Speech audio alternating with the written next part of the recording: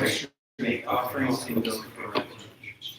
To the teacher of the blessed one, the foe destroyer, the completely perfected, fully awakened being, perfect in knowledge and good conduct, Sugata, knower of the world, supreme guide of beings is the king, teacher of gods and humans, to you the completely and fully awakened one, the blessed one with glorious spirit, the subduer from the Shashaka.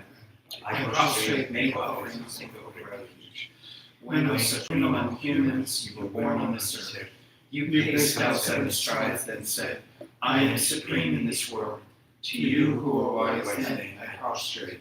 With pure bodies formed supremely pure, wisdom ocean like a golden mountain, fame that blazes in the 3 worlds, winner of the best, to you I prostrate. With the supreme science, face like spotless smooth, color like gold, to you I prostrate. You are immaculate, the 3 worlds are not. Incomparably wise one, to you I prostrate. The Savior having great compassion, the teacher having all understanding, the field of merit with qualities like a vast ocean. To you the one gone to thusness I prostrate. The purity which makes one free from attachment, the virtue which frees one from the lower eyes, the one path to sublime pure reality. To that Dharma which pacifies I prostrate. Those who are liberated and also show the path to liberation, the holy field qualified with realizations, who are devoted to moral precepts, to you this blind community to make virtue I prostrate. Do not commit any non-virtuous actions, perform only perfect virtuous actions, subdue your mind thoroughly.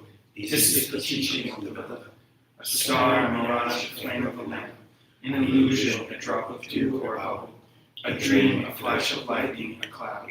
See conditioned things as such. Through these merits, the essential things attain the rank of all change, subdue the four folds, and be delivered from the ocean of suffering, from aging to sickness and death.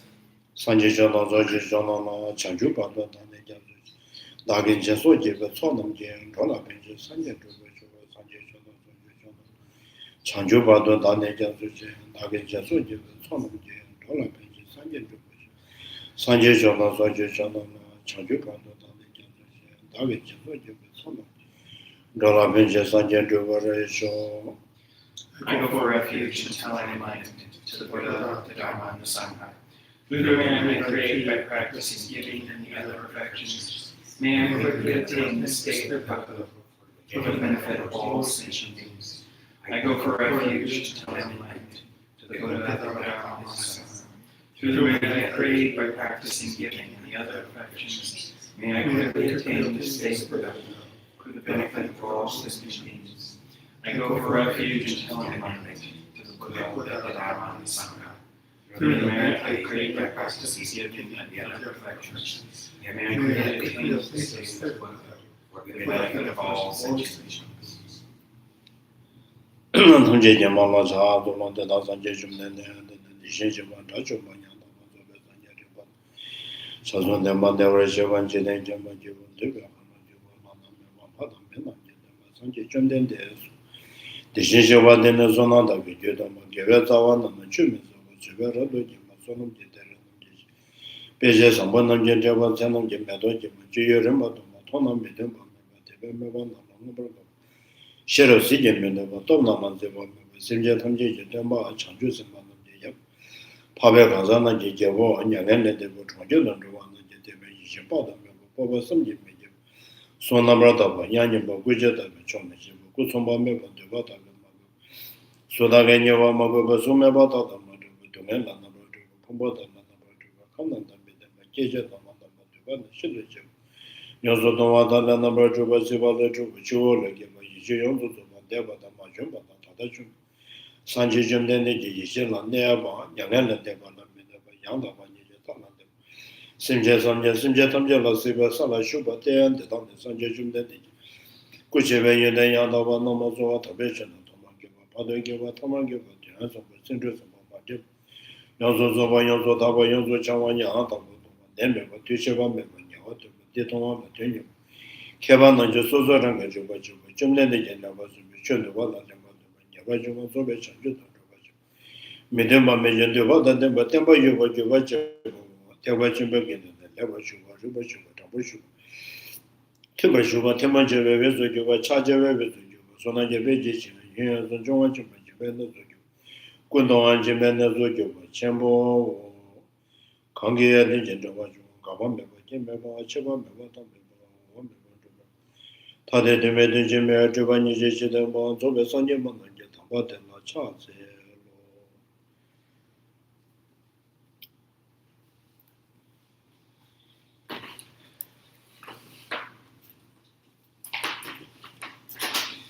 So I'm going to read from the beginning, okay? To mix, yeah, it's for my own sake. So I have to understand each line, you know.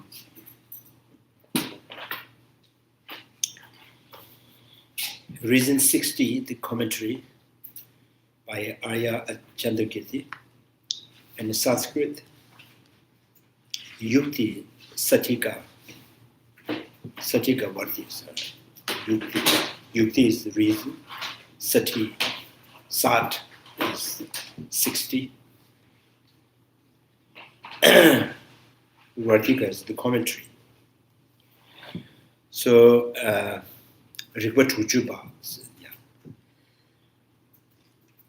reverence to the wisdom hero, Manjushri, bowing to the author of Reason 60.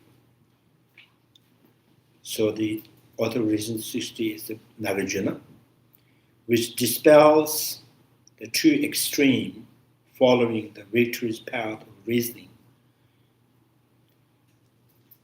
I will elucidate it with the middle way. So I always comfortable saying middle way is not center way. Center means there's something in the, you know. So there is no center in the emptiness. So non-abiding. So not abiding any. You know. So middle way is because, you know, free from two extremes, therefore named middle way. So there is no in the center that you can dwell. So now Chandrakirti writes, in this manner, the master Nagarjuna gained distinctive joy by seeing the reality of the relativity or the dependent originations exactly as it is. So, knowing that realization to be the source of supreme faith. So sometimes we call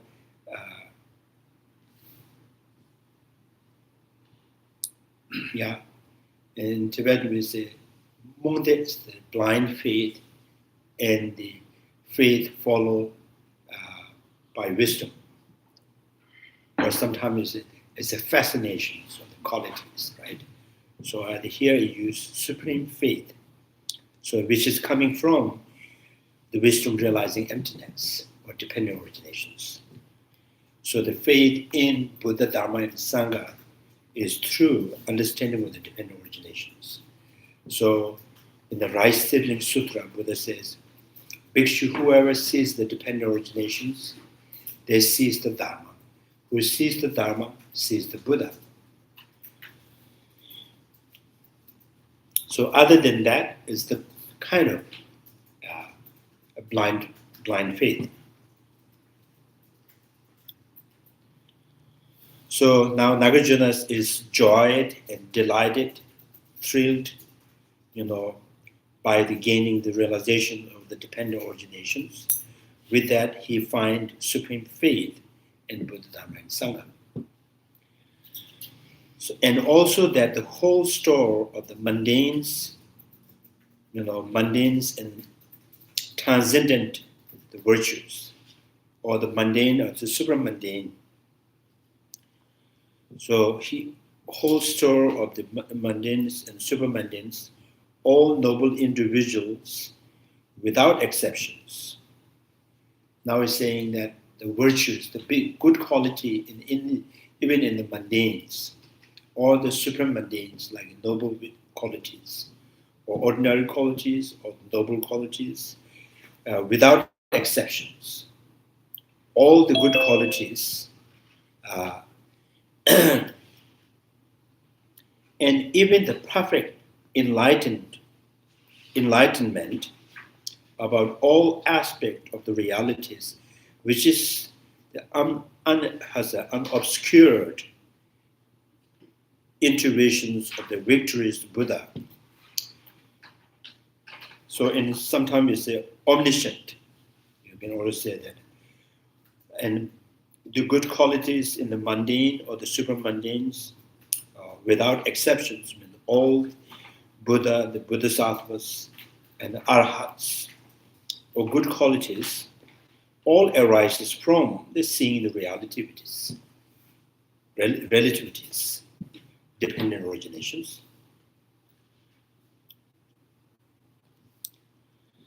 So in the mundanes, they're saying that the perfect virtues, the merit that you accumulate through the prostrations, mandala offerings, recitations, meditations, contemplations. So all the good quality is sustained and perfected by the wisdom realizing emptiness. And then, and all the Buddha's noble beings' qualities, all arises from this realization, the relativities or the dependent originations. He was moved to explain that relativities because he find, the best joy and the more perfect joy from these realizations. Therefore, he was moved to explain that relativities. He proclaimed its immunity from the taints of the extremist notion of the creations and destructions. So therefore, within his teaching, he was claiming that, this realization emptiness of the dependent originations is keep you from true extreme, true stain of the extremes, which is the extreme notion of arising and disintegrations. So arising, disintegrations. So true extreme notions, intrinsic, or the intrinsic arising, intrinsic disintegration or the destructions are the two extreme notions. So the wisdom realizing emptiness, the dependent originations, is going to help you or keep you from following the two extremes, eternalisms and nihilisms. And not only that, and then being and nothingness, not only that, existing and not existing also, understands, existence is relatively existence. So non-existing is also non-existing means exist. I think it's like, for example, present and the past. The present and the past. So present and the past and the futures, their existing is only in the relatively.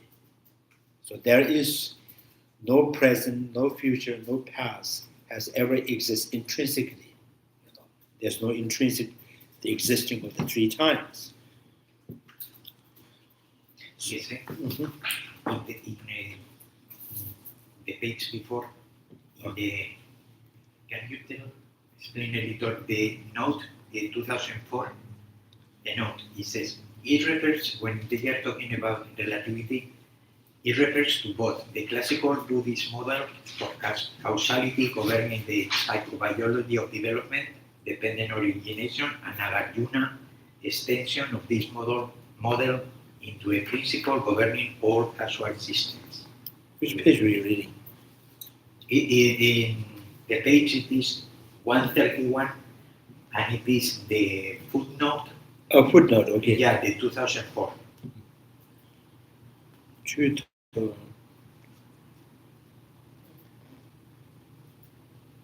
Has been translated as intuition. No, the one before. 204. 204. It's referencing the reality of relativity. Refers to both the classic and moral causalities governing the physical psychology of dependent origination, Nagarjuna, the extreme of two mode of into principle governing all cause and systems of reality. This one? Yeah, that one. So what is the question? I don't understand the difference between the classical Buddhist model. No. There is a difference between dependent origination and the concept of relativity of Nagarjuna. Yeah. So I think the dependent origination is the classical, understanding of dependent originations. And then within the philosophical and Prasangika schools, understanding of the dependent originations is always there. So even in normal language, we says the old man standing by depending on can. When man stands up by depending on the can. So that's also we say dependent originations. And then the effect depending on cause. So effect cannot be physically depend on the cause, right? Effect is not arise like the old man standing up by depending on the can. So the can and dependent and what you are depending on are not simultaneously. Well, the cause and effect dependent is not like that. And then three times also east and west is a dependent arising, right? The east is not dependent physically depending on the west. The west is not physically depending on the east. And favorable and unfavorables, they're also mutually dependent. So the construction of the east, the notion of the east is depending on the construction of the west. A favorable is constructed because you have already constructed the unfavorable. So that's a dependent, So it's philosophical dependent origination a little bit more settled than the classical thinking, So sometimes I'm depending on parents, right? So sometimes I'm independent. So that means you have only understand that in that context. So when we talk about no independent, so that does not mean, Tibetan seeking independence from China is not possible. So the orange is independent from the, apple. Apple is independent from the orange, but there is no orange independently exist, right?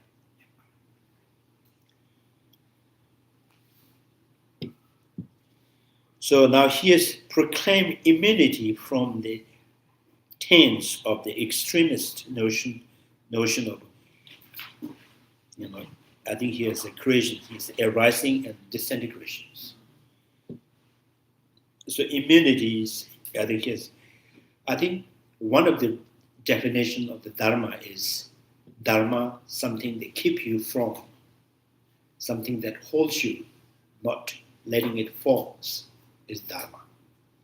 So Dhara is a holy keeping. So one of the definitions of Dharma is like that. Another Dharma means each thing with identity holds its own identity. That is also Dharma. So Dharma, another meaning of the Dharma is holds you, it keeps you. So the practice of the 10 virtues of Dharma is to keep you falling from lower rungs. Compassion, realization, emptiness. So particularly realization emptiness, is the dharma which holds you or keeps you from falling into too extreme, So that's why I think he's translated Nagarjuna has claimed that. So this wisdom realizing emptiness is immunity from the taints of extreme notion of the creation and destructions. And the being and nothingness is also talking about the three times, past, present, the futures. So these are also not intrinsically exist.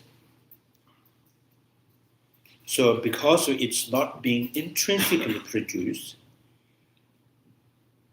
so now the magnificence of the reality being its freedom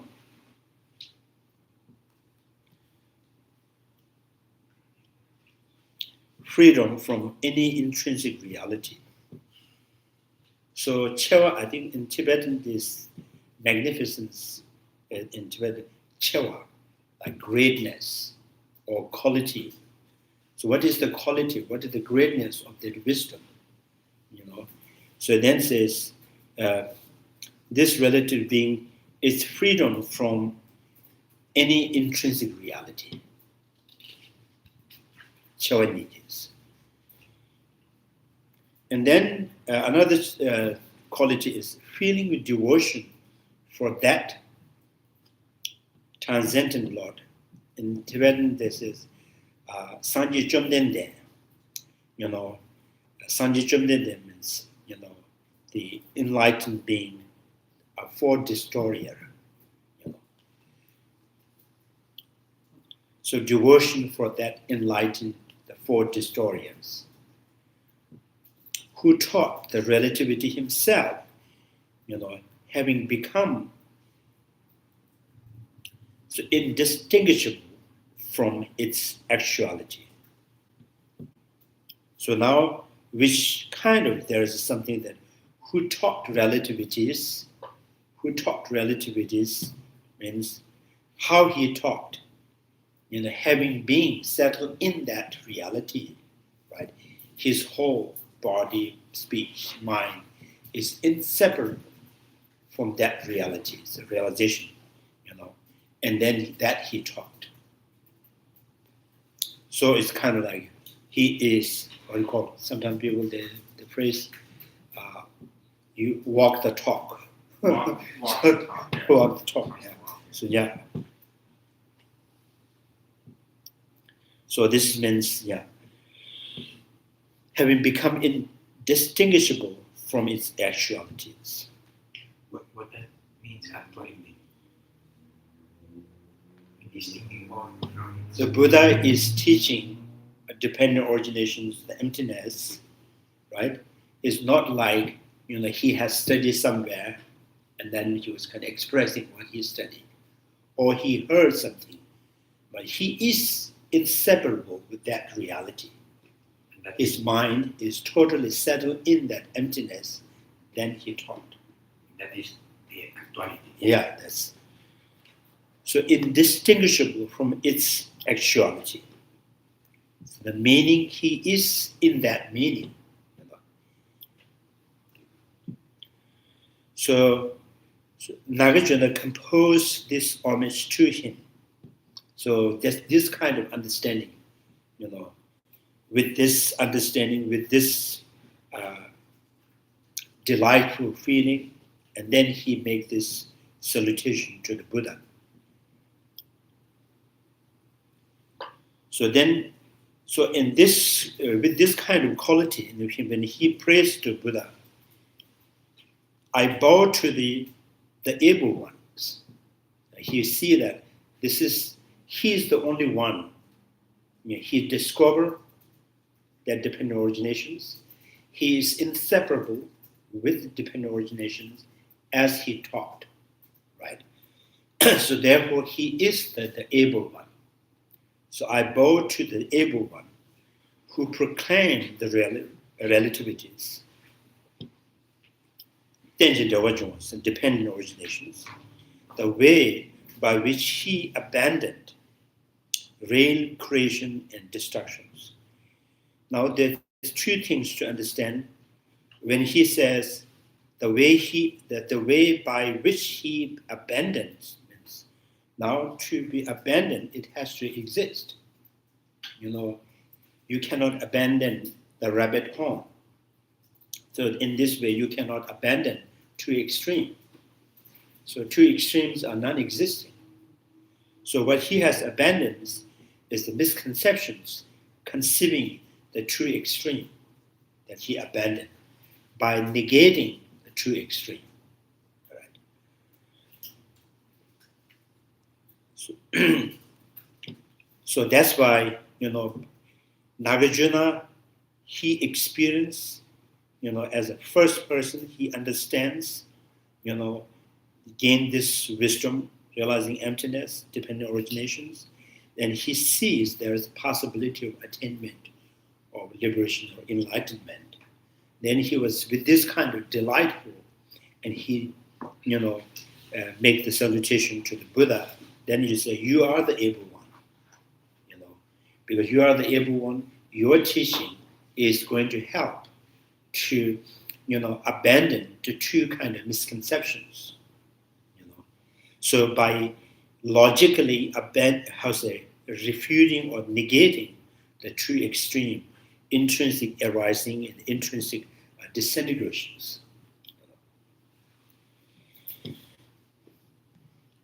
So that's now the question is the purpose of the homage. Why did the master compose homage expressively? I think it's explicitly for this middle way teaching. This middle way teaching, there's many, Nagarjuna's teaching, middle way teaching of the Karika, and the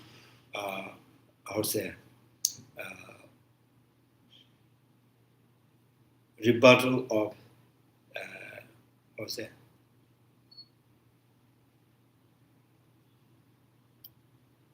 objections, rebuttal of objections, and the 70 stanzas.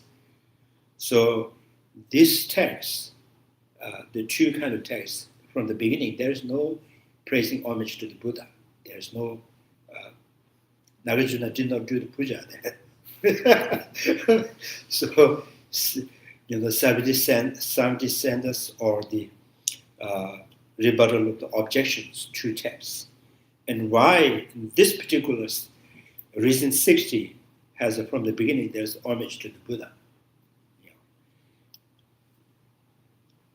So I think the now his meaning, the why he explicitly means implicitly each of the stanzas and the 70 stanzas or the rebuttal of the objections, each stanzas it proving the enlightenment, liberations. So the implicitly is praising, homaging to the Buddha, but explicitly, not in the word he has put it from the beginning of the text. There's no salutation to the Buddha, and this particular text has the salutation to the Buddha. So now question is why? Now the answer is that since the wordness 70, the 70 stanzas, and rebuttal of objections are both elaborations on the fundamental verses of the middle way, Karika. So they are not independent work. It's kind of the text that is the additional, writing on that Karikas. And therefore, he composed no separate dedicatory verses in them, right? So thus, with regard to the rebuttal of objections from the verses in the fundamental verses of the middle way,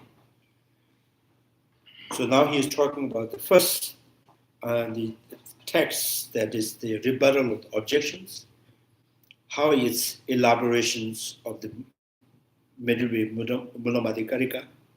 So then it's saying that in the Mula-Madhya-karika, from the chapter 1, from the beginning. So in Tibetan we say,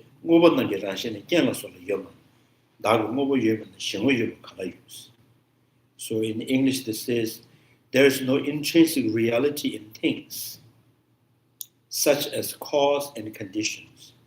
And where there is intrinsic reality, there is no extrinsic reality. And actually in the text that we read, and then nature of the effects. The nature of the effects is not in the cause and assembly of the cause, right? So now they say, this is why. So nature of the effect is not in there, in the cause or cause or the assembly of the cause and the conditions. Therefore, the things, the effect, the nature of the things does not exist by itself. How can it born from others? But you say the extrinsic reality, it is not what we call conventional reality. No. We're saying that this is this is how this translate in this way. And actually, I'm saying in what is in the root text in Tibetan is the nature of the effect. For example, nature of the sprout. The barley sprout is not in barley seed and their assembly of the cosmic conditions. So something is not there. The nature of the sprout is not in their cause. So which means the arising of the sprout is not by nature. So if the arising of the sprout is not by nature, so sprout do not being produced by itself. Right? So if the sprout is not existing by itself, not produced by itself, how the sprout being different from their cause? It has no intrinsic identity, so how can it be? You can intrinsically, separate from it. That's. I think he means that no extrinsic means no otherness. There's no. You can also say there is no self in. Sprout. Therefore, there is no otherness in the self. Right. I think here, another way, like the yogurt has born from the milk. Right. From the milk, there's the yogurt, but the nature of the yogurt is not in the milk. So, since the nature of the yogurt is not in milk, so the arising of the yogurt from the milk is not by nature. So therefore, the yogurt did not become sour by itself. Yogurt is not yogurt by itself. So how can the yogurt be different from the milk by itself? So this here, the extrinsic means other or the different. To base the difference in intrinsic different nature. Yeah. The mistake of base the difference in intrinsic nature of the cause, intrinsic nature of the effect, like intrinsic identities. Yeah, the identity or and how the yogurt happened to have its own identity. Why yogurt is yogurt, saying that. And if you say The yogurt is the yogurt. Yogurt is sour because the nature of the yogurt was there in the milk, or nature of the yogurt is not there in the milk. Two things.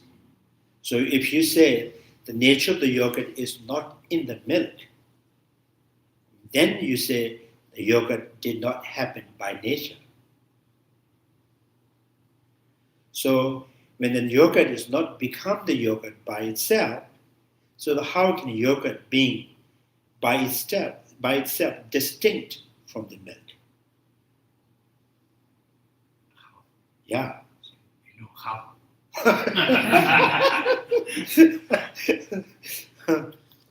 Because HOW.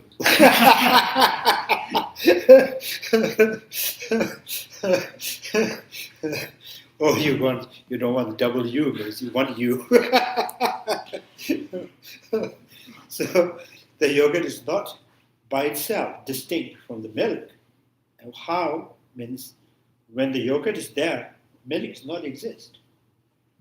If milk does not exist, how can it distinct from it? Right? To distinct from something, that thing has to exist.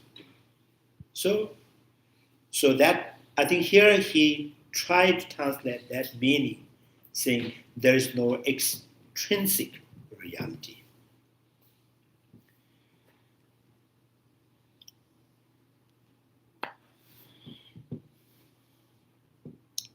So it is evident that rebuttal of objections is an elaboration drawn from the middle way verses.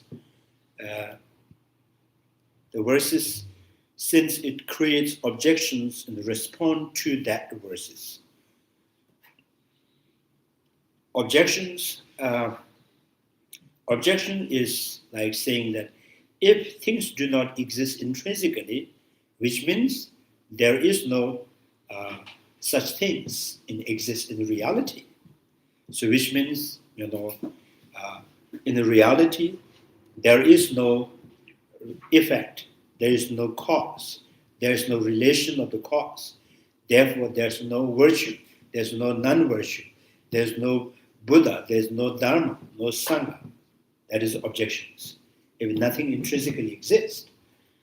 And response to that is saying that similarly with regard to the voidness, the 70, from the verses in the middle way, so Nagarjuna's answered that, yes, there is no intrinsic, but like illusions, like a dream, like a fairy city, such is birth, such is life, such is death, he proclaimed. So he says, yes, there is no, true kind of truly existing arising, right? There's no true existing of cause and effect, no truly existing of relation of the cause. There's no intrinsic Buddha, Dharma, Sangha. There's nothing. So, but there's illusion-like, illusion-like, the dream-like phenomena. There's a, like mirage-like phenomena, the reflection-like phenomena. So in this way, we born, we live, we die. So that is the answer. There is no intrinsic, but illusion is there.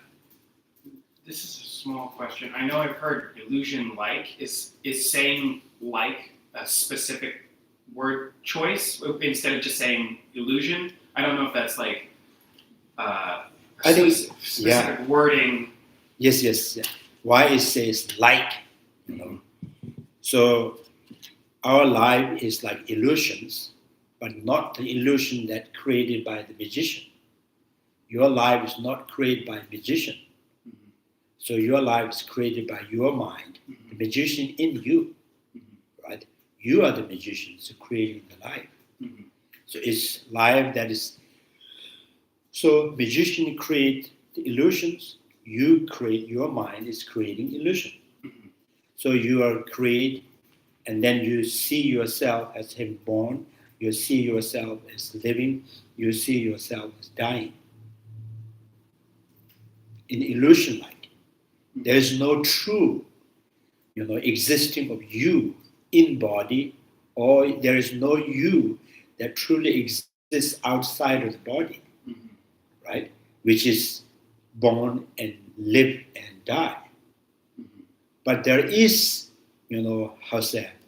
aspect that constantly reflects in your mind that you exist with the body, you exist with the feeling, you existing with, thought and emotions, and you are living with that, with the body, with the condition of the body, getting sick, cure, right, heal, and disappointed, excited.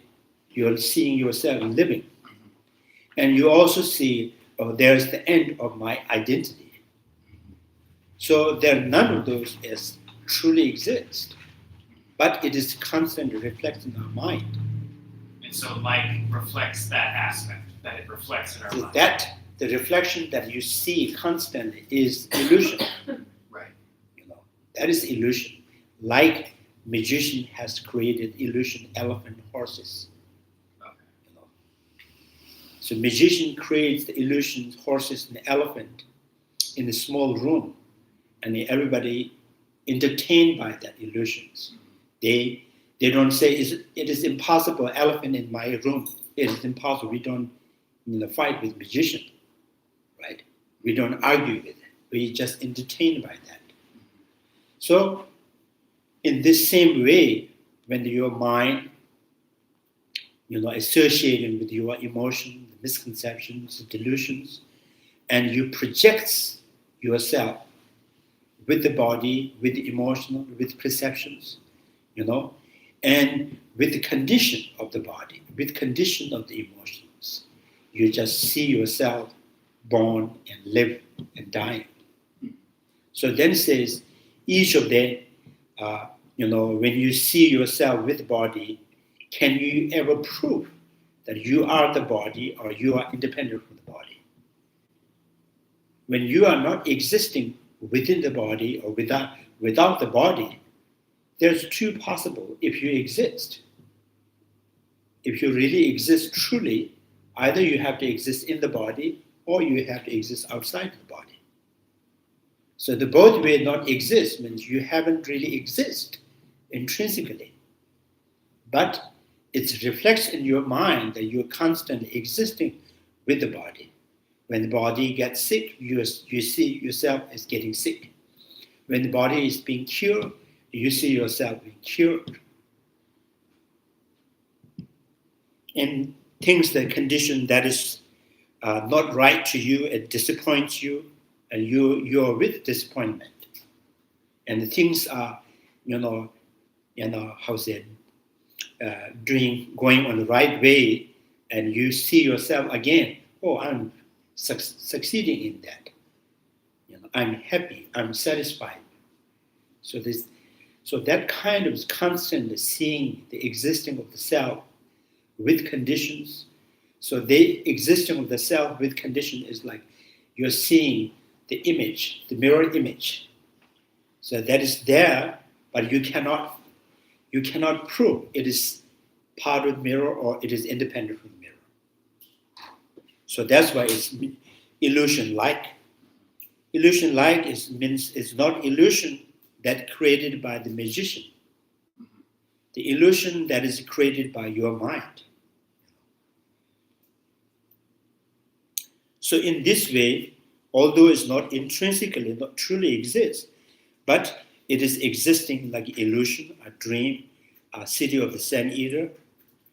In this way, you see yourself, you believe in birth, you believe you are living, you believe you're going to die.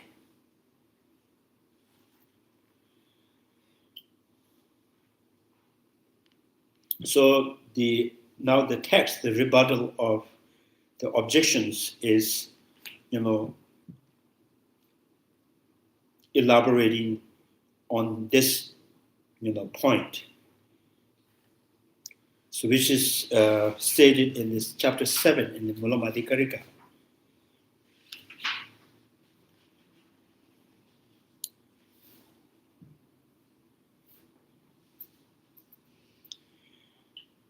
Milam Chishin Jumashins.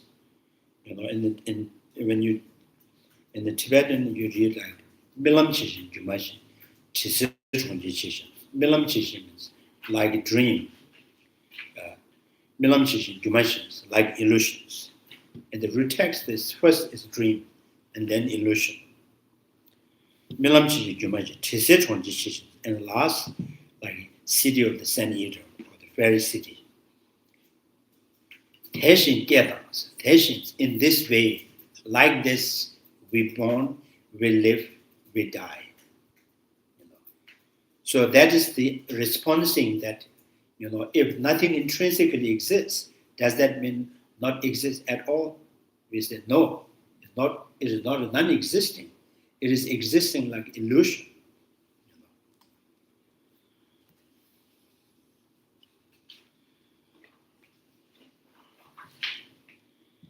So it is evident that voidness 70 is likewise elaborations drawn from the middle way verses, since it treats objections in response to that verses. So objection is if nothing intrinsically exists, and no cause and effect, no virtue, no non-virtue, no Buddha, no Dharma. Then respond to that objection, saying that it's not true, but it is like illusion, it is like a dream.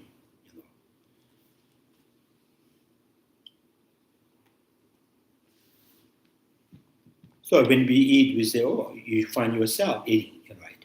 So you don't see, you cannot. No one has ever proved that you are mouth or you are body, right? But when the body functioning, you think you see yourself. So I'm getting tall, getting shorter, bigger, or thinner, right?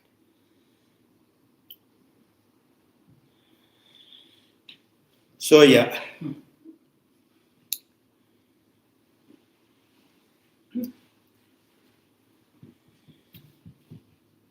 Since the Nagarjuna composed this reason 60s, just like his middle way, primarily as an investigation of the relativities.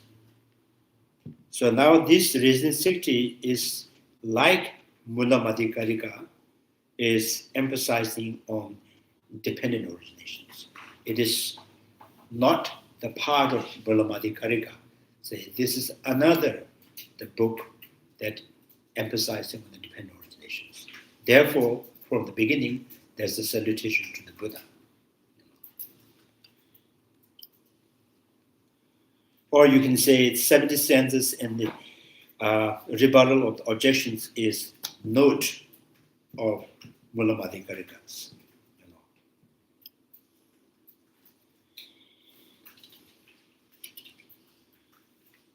So now he's saying so what do you do with this wisdom realizing emptiness? And then says, those who wishes to travel to the city of Nirvana by abandoning all the claim of realists, all the claim of realists.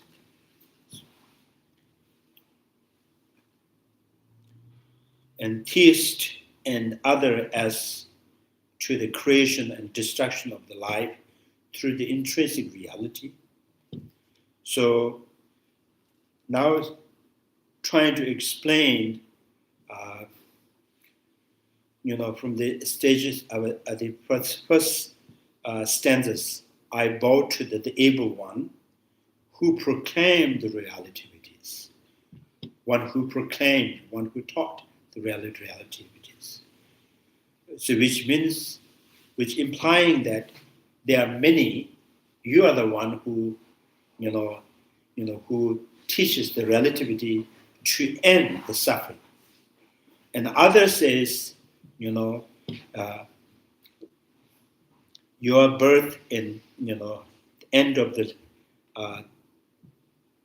life, or the liberation, or end of second existence, is all related to, intrinsic reality, or it is created by the Bhagavan, the creator.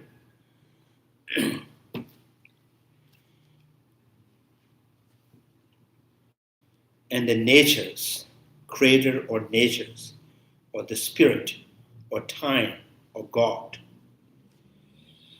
So now this is kind of, the, how to say, elaborating or explaining why he says one who taught this relativities. What does that mean? One who taught. Is there many people who's teaching about liberations, about the life, about the suffering? And they say yes. Many people who try to explain that. What is the life? How it began?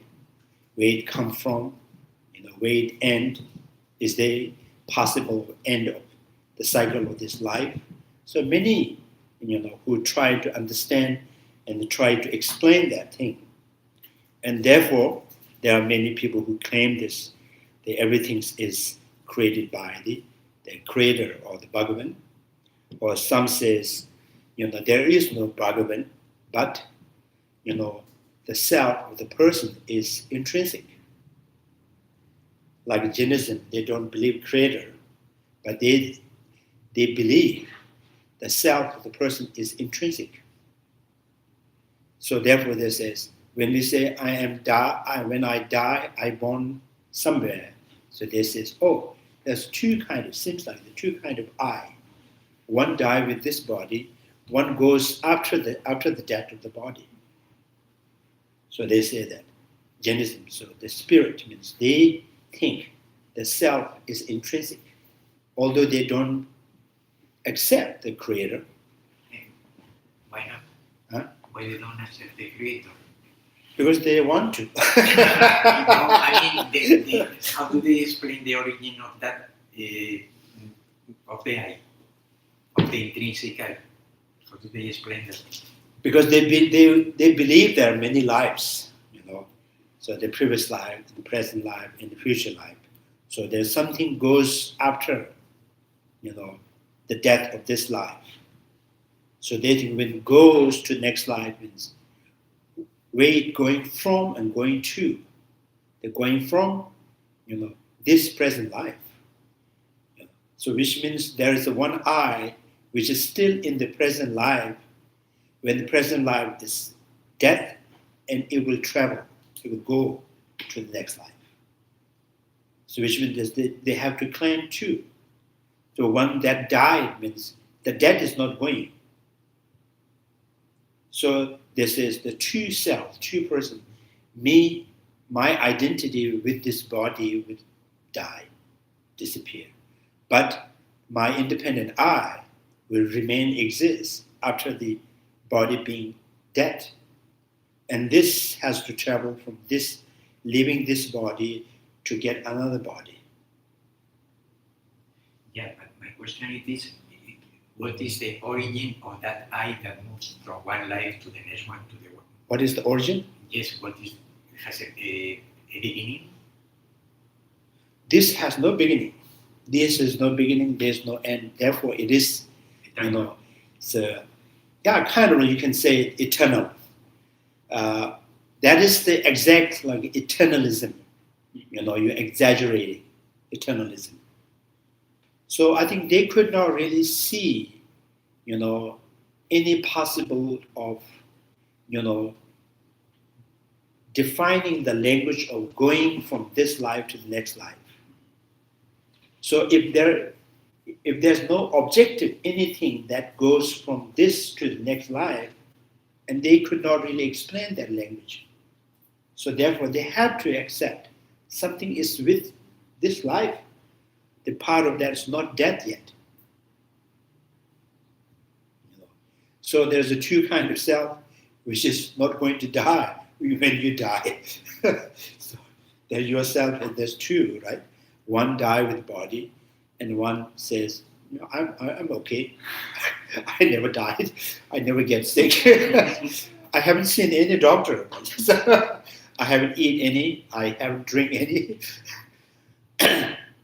So they they could not really, imagine, the existing, the possibility of next life without any intrinsic self. And that is the difference with Buddhism. Yeah. So the Jainism, they think the true kind. So Nagarjuna says, so when this self, so leaving this body and going to next life from this, having witnessed this body and functioning and death, now he's going to next life. Then says, and next life you're born, and there's another true person. Right? True person. So new I with new body, and old I, there's the old I, the permanent I. Says, and then what is going to die is the I, the identified with body is die. He born, he died. So that's kind of like sometimes we call, in a desperate situations, you have to adapt something, you have to hold on something, So you could not really explain about the language of going to next life without any objectivities, So therefore they are kind of, they have no choice. So, just accepting this kind of independent I. Otherwise, it's very difficult to understand. If you don't have something moving. Otherwise, it's difficult to understand. Otherwise, difficult is because the force of interpretations of the continuity is, the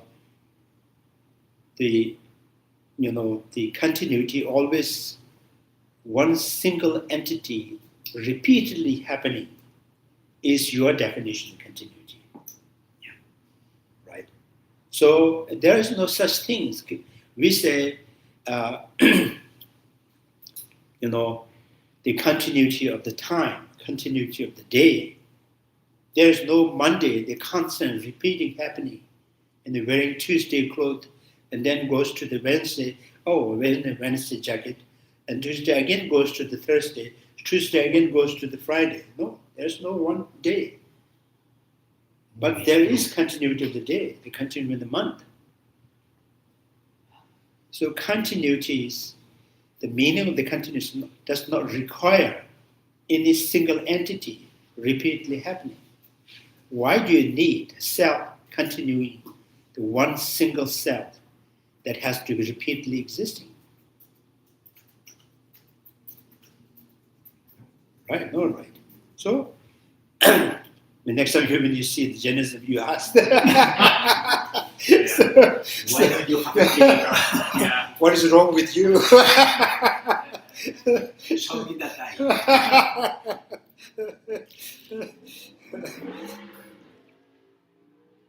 So that's the kind of,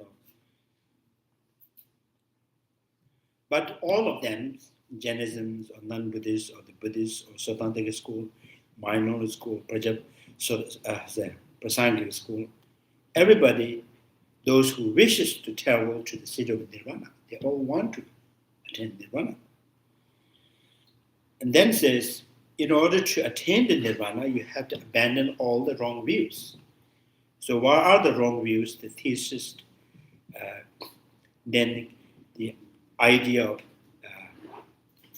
intrinsic arising, intrinsic destructions of life, and intrinsic reality, and a creator, things that happen, the suffering and the pain, or all kind of intrinsically existing, by nature happening. These are all wrong views. And independent spirit, independent time, and then here is translated as a God, but in this in the Tibetan book it says Wongchu. So the non-Buddhist school who believe in the creator, this says before this whole universe, and whole planets, the thousands of planets there, and before, just space, and then Shiva, Lord Shiva, he dances in the space, and then he collects all the energies, and then start, creating the oceans, the wind and the oceans, and then land. I think probably he has danced for so many years without drinking, eating. So at the kind of they say this is the Wangchu. So Lord Shiva is the source of all energy, all life.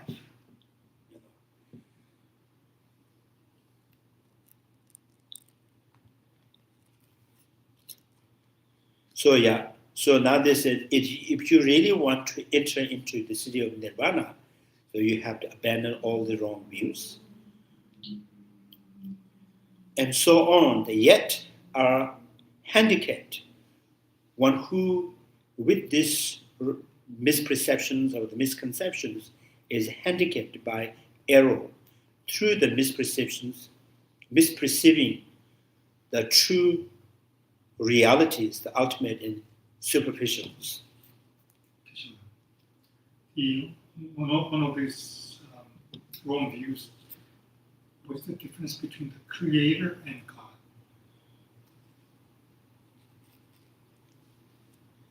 God. Creator and the God, I think there's not much difference. The Creator means God, God means Creator. Yeah.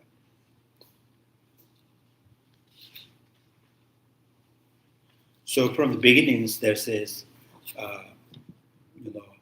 Ngōnyi the Wangchus. Ngōnyi the Wangchu means nature and Shiva. Or you say Rangshinas, the natures, and the spirit, independent spirit or self, and independent time. And the Semi-Yipula Sovas. I think he missed this one. Yeah, Semi-Yipula Sova.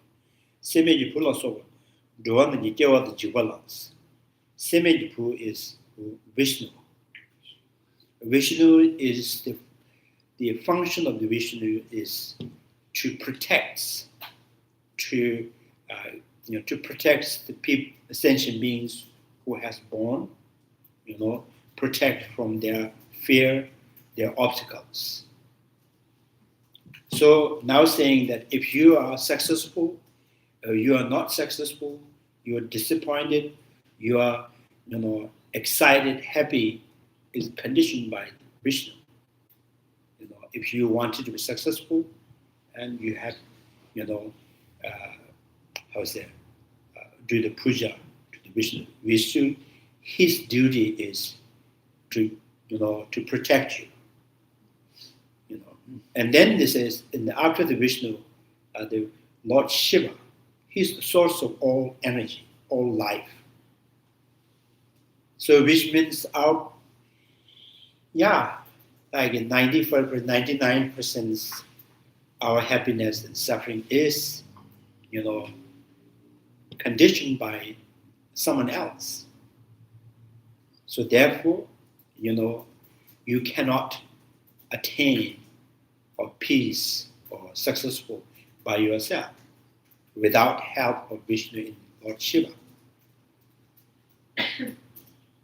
So that's what Buddha says, you are your masters. The liberation is in your hand. If you do good, you will get better. Yeah. If you do bad, even in front of Lord Shiva, so Shiva cannot do anything. You do bad and you reap what you sow, right?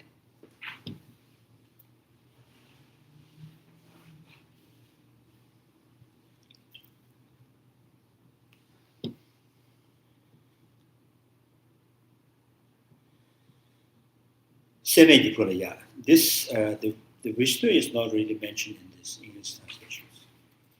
He only for the Lord Shiva he translated as a God.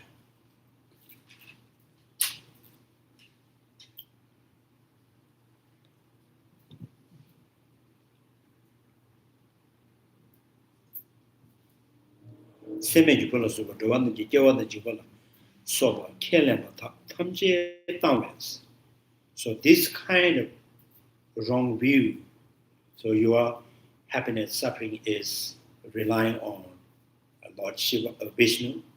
Your existing, the birth and die is, depending on, relying on Lord Shiva, and he is the creator. And sometimes some master says, oh, the nature of the happiness in suffering and happiness is by nature. And then says, what are those natures? And then heat and colds and jaundice and the flame and all these things, disease, the potential of the illness, and they're all derived from the heat and cold. Heat and cold is come from the particles. Particles are permanent. Now the very source, energy, the origin of that is permanent. Now everything cannot be free from that permanent nature. So there is no end of suffering because the source of the suffering is permanent, right? So natures. And then some master idea is the time is the cause of the happiness and suffering. So that independent time. These are whole, and this says, in order to enter into nirvana, you have to be free yourself from all these wrong views.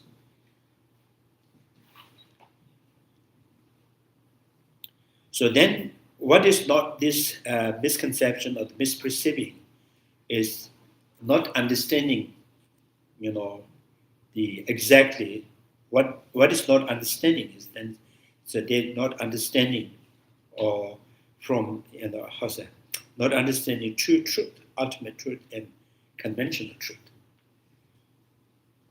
So they're exaggerating on this true truth. Will not be able to will not be able for long time to reach that cities. If you continue to hold on this wrong view, you may not be able to, for a long, long time, to not reach the city of nirvana.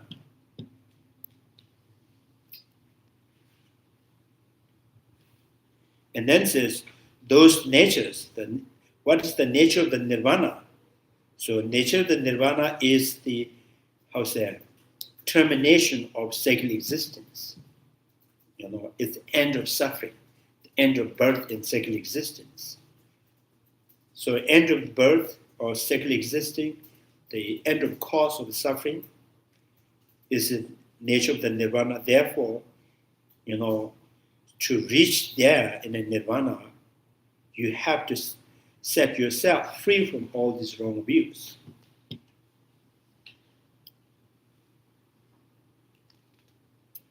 So this may be a question to the Mayan Buddhists, why do you do the puja for Tara and Avalokiteshvara in Manjushris? So Manjushri is you asking for wisdom, Tara for protections, free from obstacles. When the Buddha says you are your masters, so you have many hired masters. You hire Tara to free to abandon your obstacles. You hire Avalokiteshvara to generate compassions. So you cannot generate compassion by yourself. You ask Avalokiteshvara,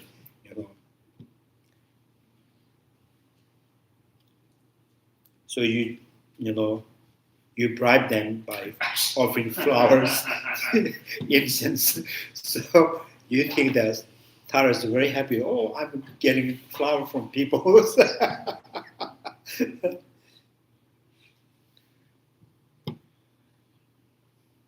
I think it's similar, very kind of very, it's very close to them, non-Buddhists.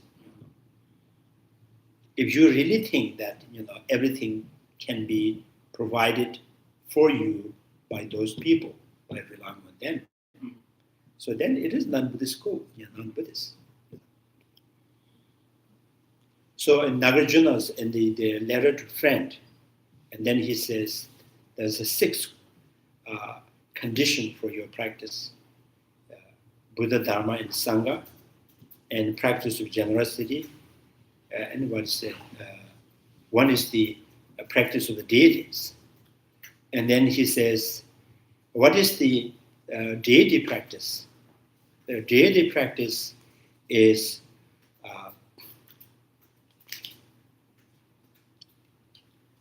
so this is like, for example, if you take Bodhisattva's vows, with having witness as our Loizzo and Tara, so they all become your witness.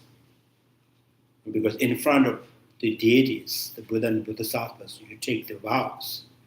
So as a reminder, so they will remind you, or you create them as a reminder of your vows. And so you kind of, you invite them as the witness of, practice of Dharma. So they become the reminder, or they will remind you. So in this way, Nagarjuna says, the deity is how you practice. So not the deity is just, like the handyman or hire them to do the job for you.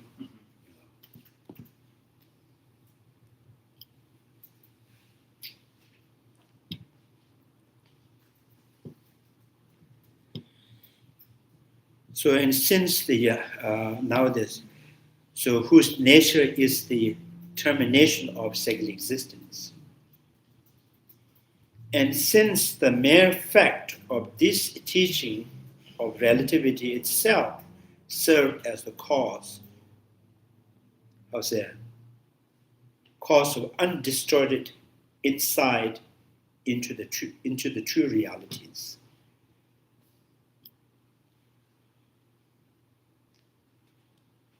The teaching of the reality-dependent originations serve as the cause of the undistorted, pure realization of the conventional and ultimate truth. So it is the prime. This is the, it is the prime, and now this is the main cause of all the arhats, Pratika Buddhas, the hero arhats, and the Bodhisattvas and enlightenments, So this is the main, primary cause. So peerless journey, all noble, all noble individuals have traveled. So this is the, the path that all the noble being has traveled through. So wisdom realizing emptiness of the dependent originations. This is the freeway that all these vehicles has traveled.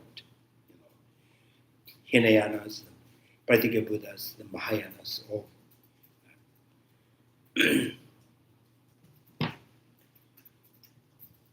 Yes, yeah. When it says city of nirvana means mental state of nirvana. Yeah. I mean, it is not a city. Yeah. It is not something like a paradise or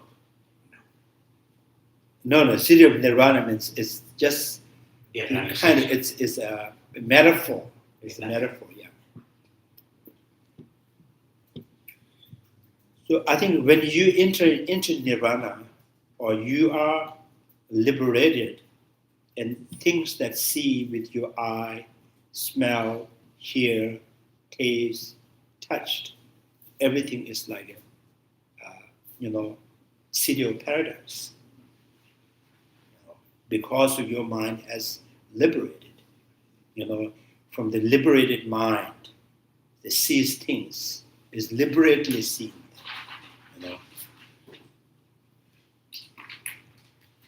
So if this is the liberations,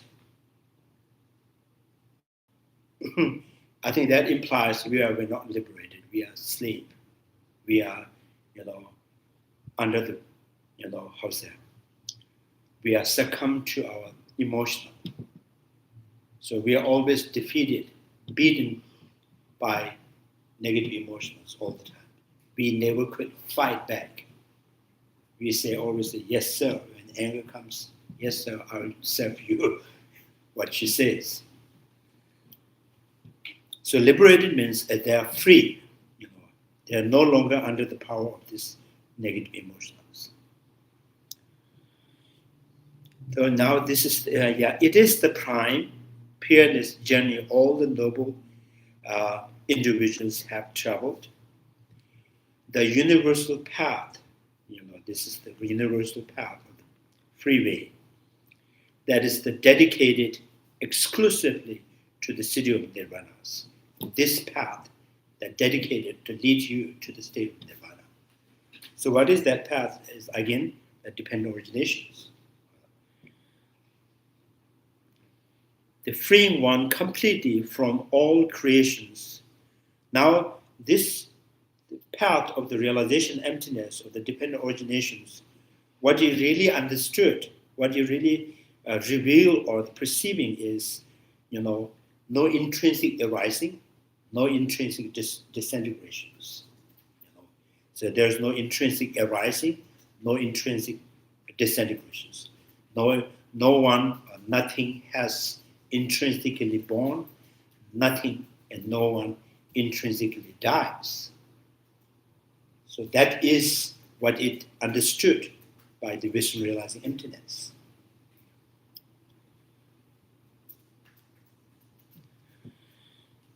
So, all creation, consequently, unexcelled teachers, one who taught it with consummate, lordly power of the complete store of, intuition and merit.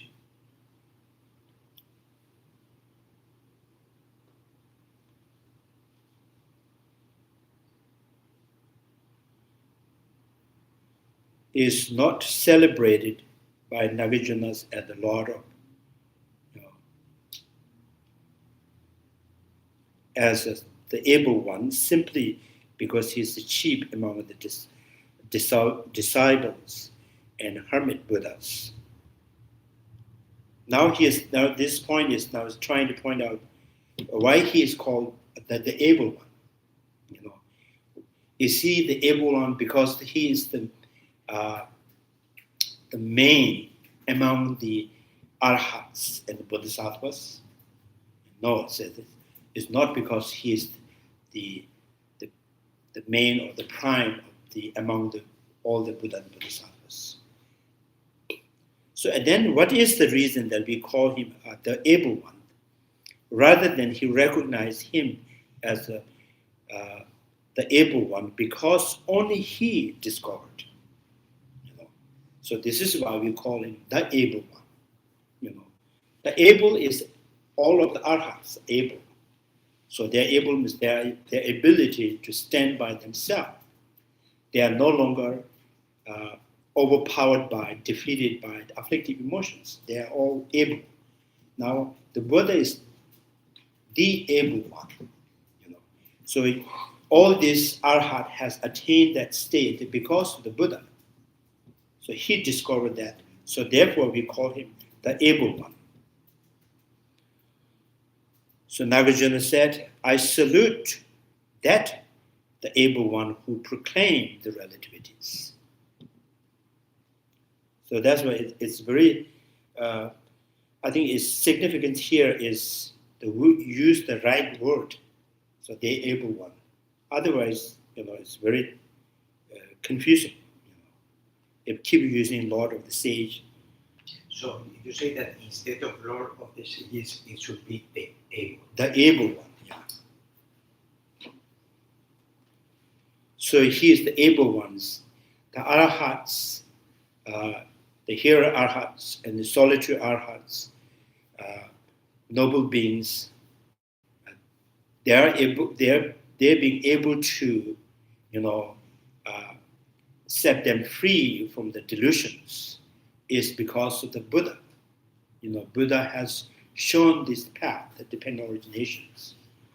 So therefore, all these are able because of him. Therefore, we call him the able one.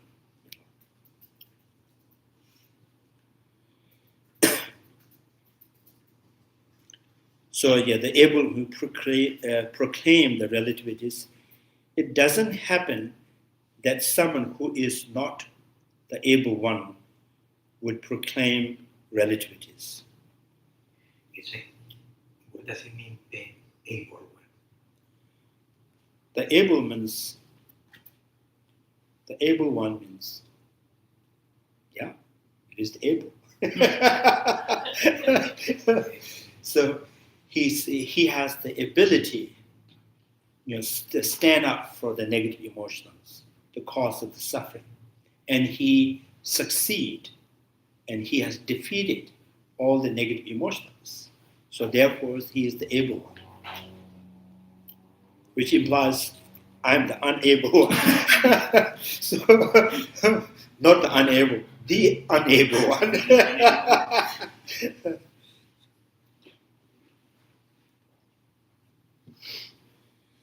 So it doesn't happen that someone who is not the able one would proclaim. So it is not possible without the able one, the Buddha Shakyamunis. So because proclaiming relativities makes one a Lord, the able one, proclaiming. So he is not because the main of all the arhats. Therefore, we are not going to call him an able one, because he is the first who discovered the dependent origination by himself. And when he taught, is teaching as he actualized, So then, because of that teaching and all the arhats, and successfully, they are able to defeat the negative emotions.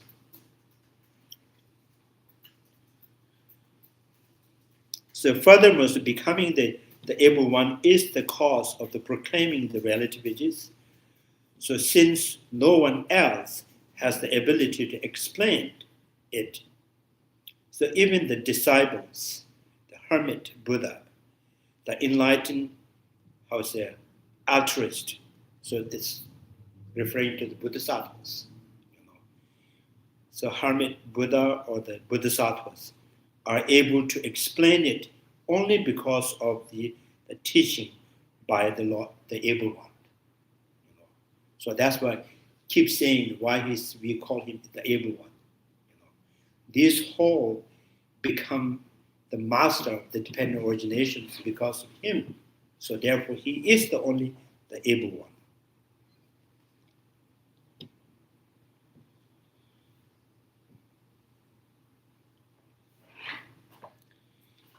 So if one objects that neither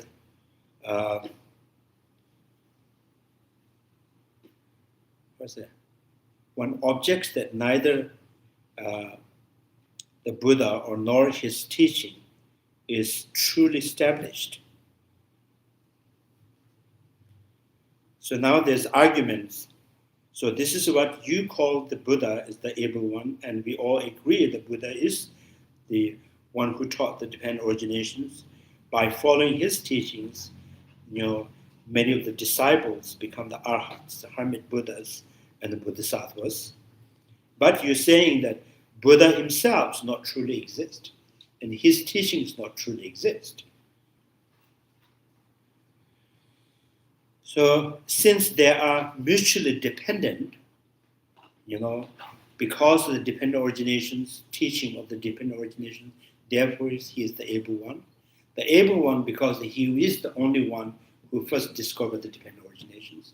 So, and the dependent arising and not intrinsically existing, which means both are not really exist in the real time.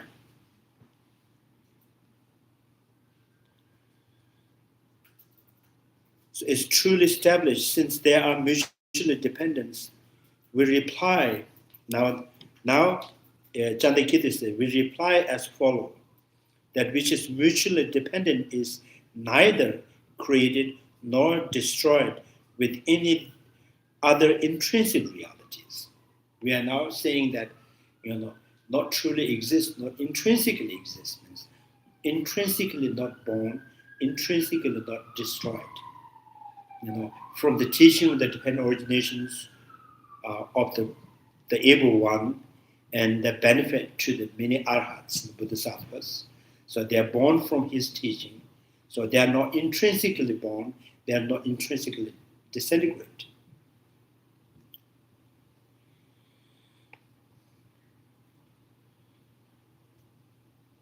So the destroyed in other intrinsic reality and its relativities.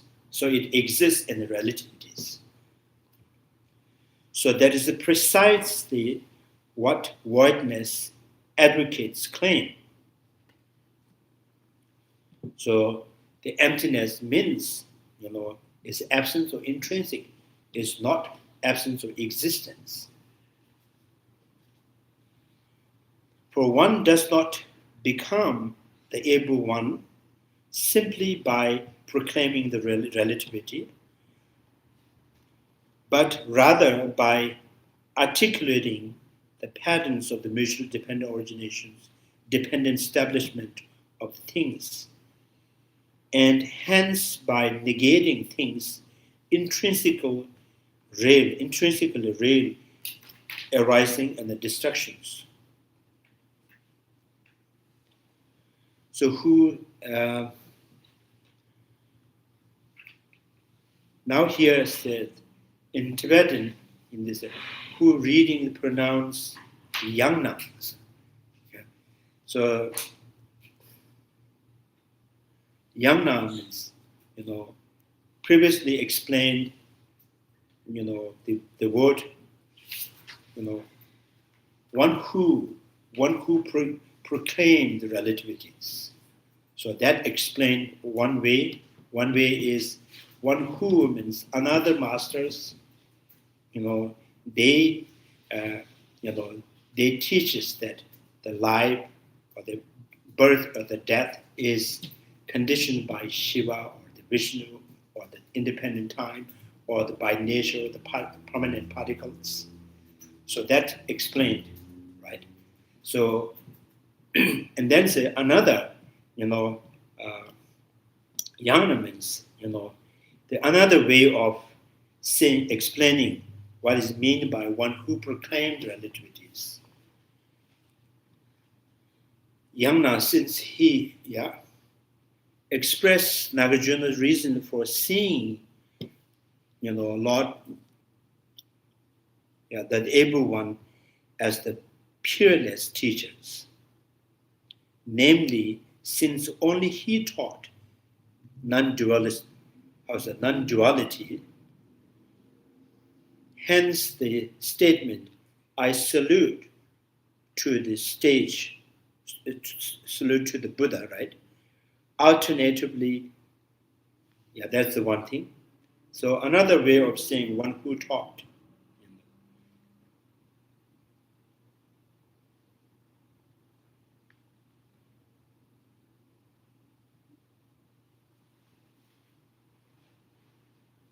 So Nizuleva, at non-duality is,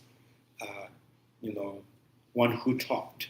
So not only dependent originations, he also taught non-dualities. So I salute to the Lord, the able ones, alternatively reading Yangna as by whom Nagarjuna says, another way of understanding from one who, Nagarjuna sees him as the able one by whom relativity was discovered. That pretty much explained, Since this method of the relativities, this method of relativities is his, and it is by this system that he negates to intrinsical creation and destruction of things. Hence I salute to the Lord of the Sage.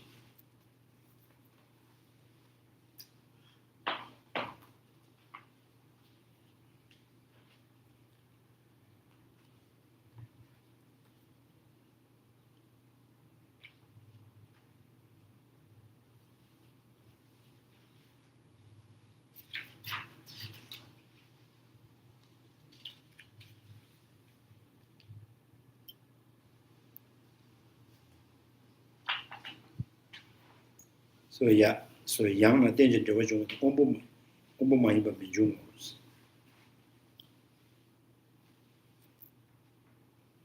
So yang na means another way is without him, or there is no alternate masters other than the Buddha.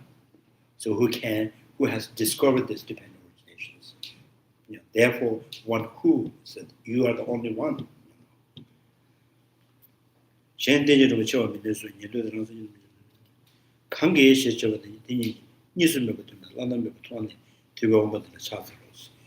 who taught non-dualities,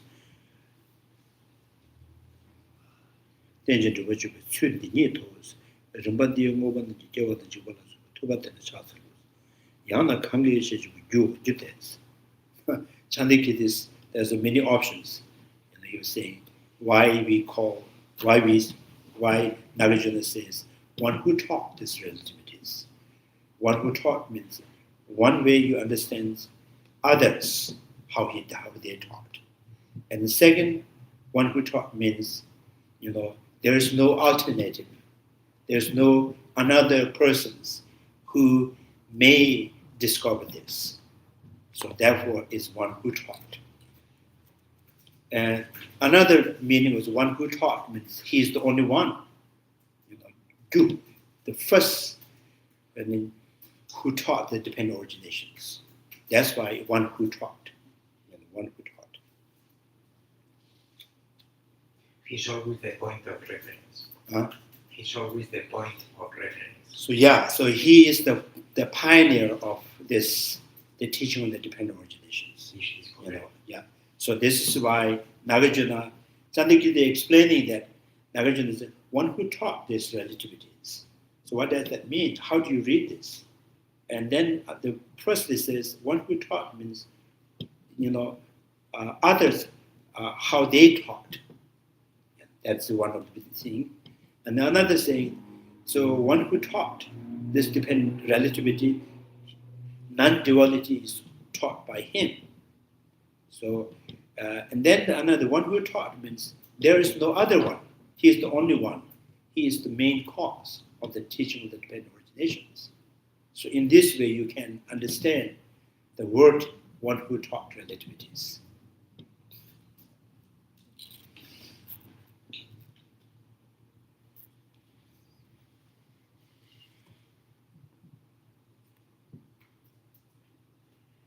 Yeah, it's kind of quite detailed, the way the Chandrakirti explains things. I think very important. It is when Chandrakirti says a little up, he says, he does not become Lord of the Bible one just for proclaiming the relativity. Yeah. Like something that you have to believe, but because he explained the articulation, how it works. Yeah. Yeah, that is very, very good. I think the Chandrakirti is, he knows that his disciple has many times. They have enough time to listen. So he keeps saying, one who taught me this means that, this means that. So Chandrakirti cannot come, the American teach. So people may say, boo, this is boring.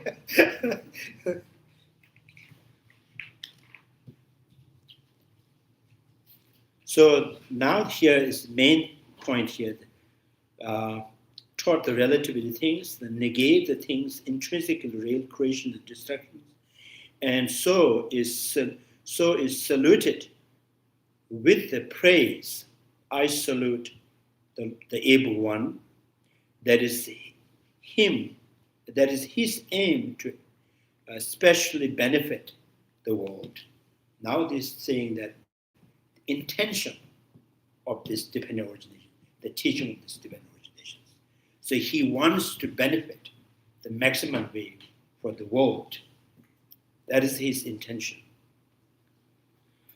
So again, the seeing that one can develop one's own mind based on the law of the sage or the able one. So now, this is one saying that, in the praises to Buddha Shayaman, there's teachers, what's that? I forgot. So, do you have this? Yeah. Can you read it for me? Praised Savior of a great compassion teacher, having all understanding, the field of merit with qualities like a vast ocean, to you, the one gone to this since I prostrate? Or is that another one? For the illusion. Those who are liberated. Those who are liberated who also show the path to liberation.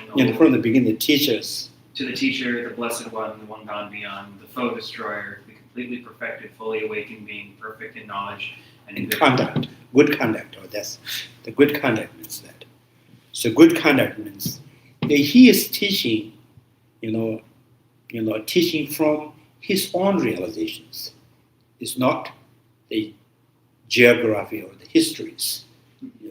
So what he experienced, that was it. It's good and with good conduct. But he teaches as he knows.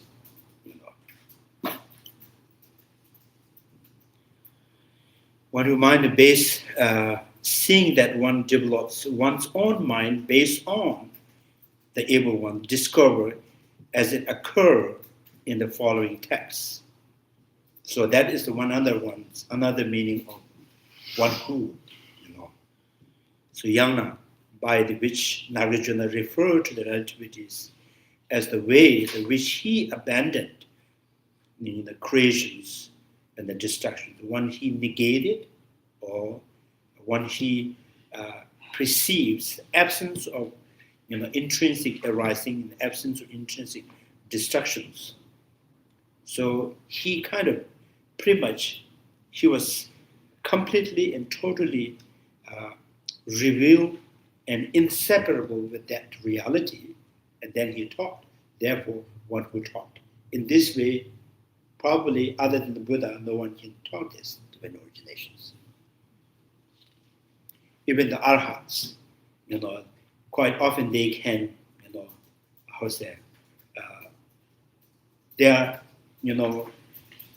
Buddha is saying that every second there is no shifting his mind from the absence of intrinsic. There is no second. There is no milliseconds. So the Arhat, maybe they are free from misconceptions, afflictive emotions, but they constantly flip. So they are deeply understood because of that dependent originations, and therefore they are free from afflictive emotions. And unlike the Buddha, Buddha's mind is steady and totally dwells in perfection of the wisdom. But that is something that we can also achieve. Huh? That is something that we can also achieve. Yes, yeah. Like the Buddha did. Yes, yeah. So everybody has Buddha natures. Unless you want to sell it to me, so I can have two. So I have two Buddha natures.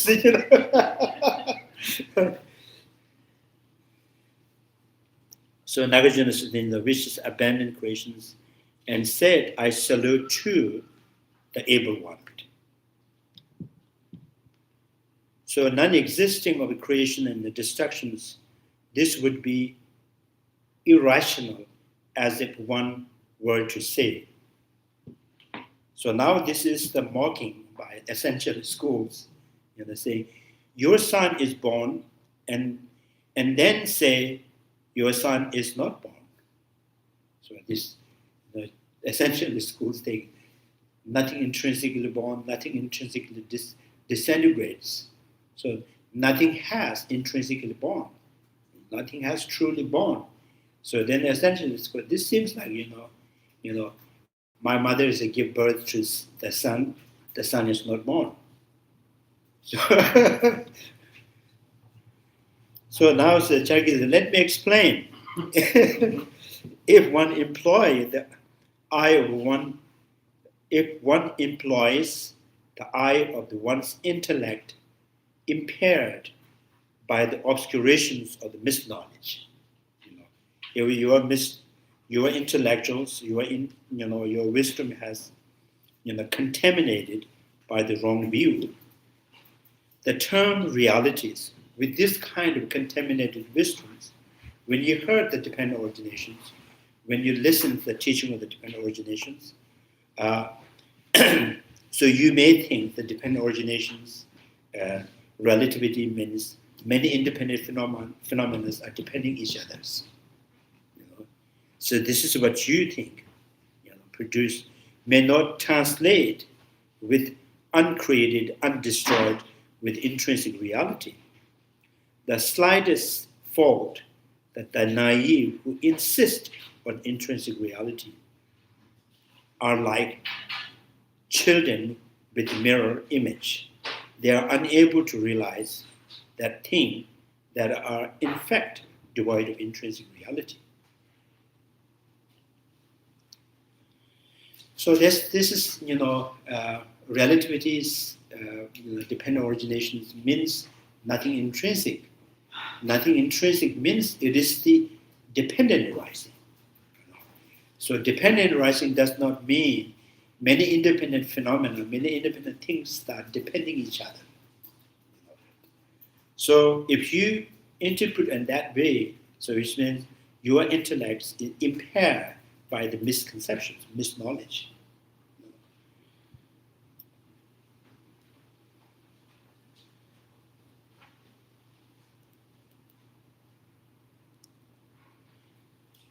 Yeah? Any questions?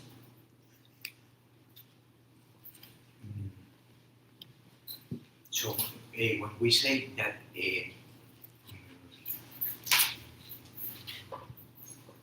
things are not composed of a collection of other things, it is because those other things are at the same time. I don't understand it. Which one? So when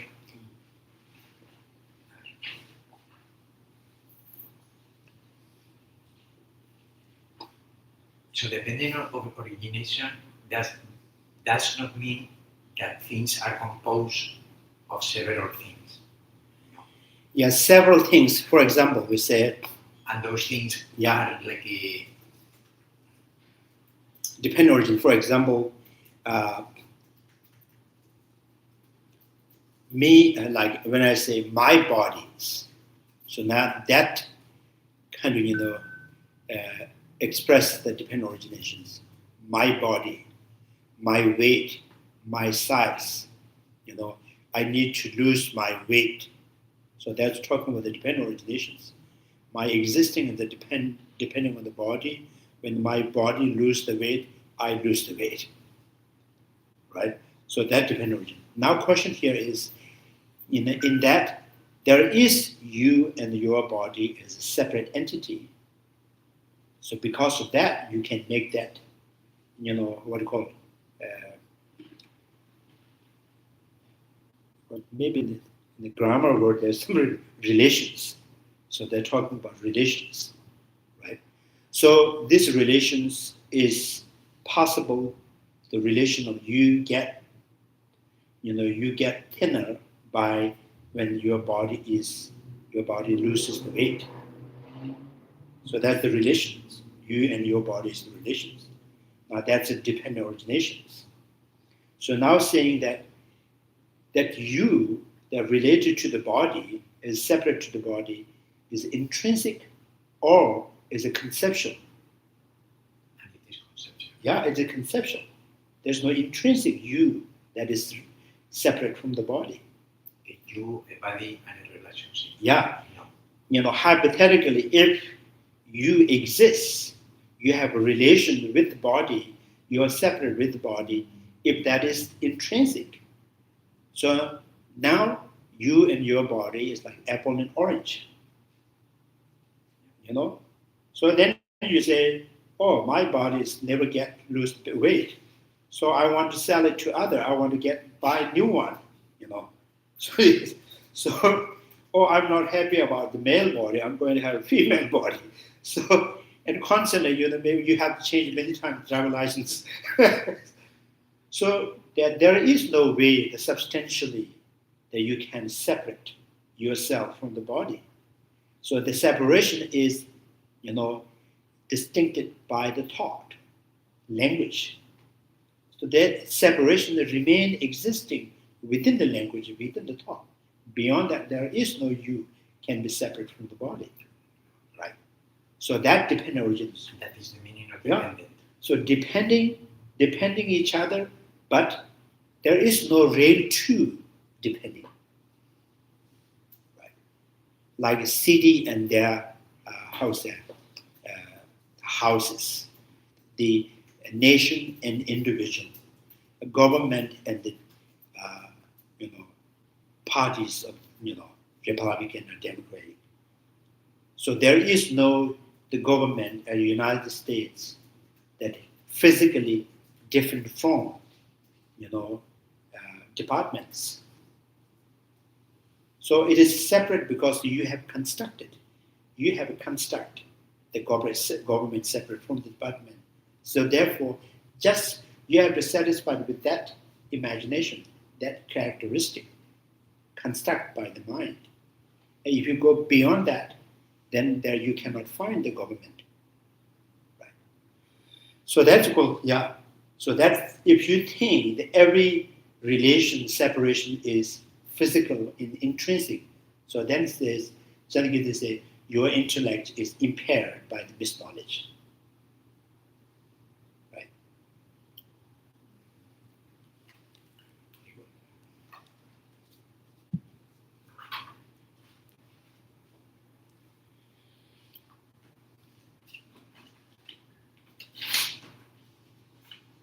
Okay.